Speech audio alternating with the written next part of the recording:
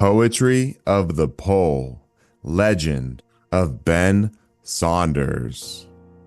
Beyond the warm breath of the world, he stepped out of rooms with clocks and coffee, out of chatter, out of comfort's soft-lit womb, into white silence, the silence of a tomb, where the wind speaks in tongues and the sun forgets your name.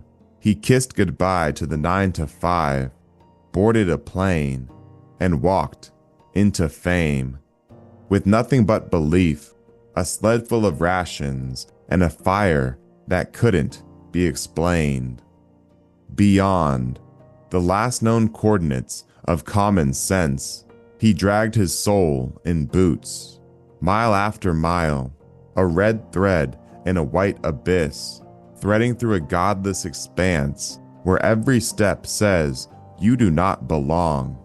His breath became frostbitten prayer, his body a map of bruises, blisters, and disrepair, his mind a blade, sharpened by silence, slicing through ice with purpose. Yet ice doesn't care how noble your cause. It breaks things. It breaks people.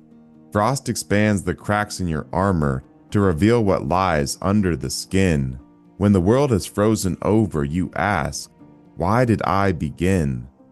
Beyond the South Pole's cold, clean heart, beyond the halfway mark where most would end, Amundsen and Scott smiled upon him, because it was never about flags or finish lines, but the return. Always the return.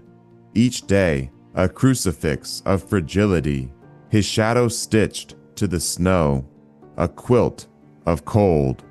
Time unraveled, he became creature, beast of burden with boundless potential, sustained by rhythm and ritual, a kind of holy madness. Snow like ash, glaciers like gods, wind like prophecy, and somewhere in the white monstrosity, he found a version of himself, so raw, so stripped, that even his thoughts walked in single file. Beyond the breaking point, he bargained, he bent, became myth-shaped, bent like steel in fire, like men in prayer.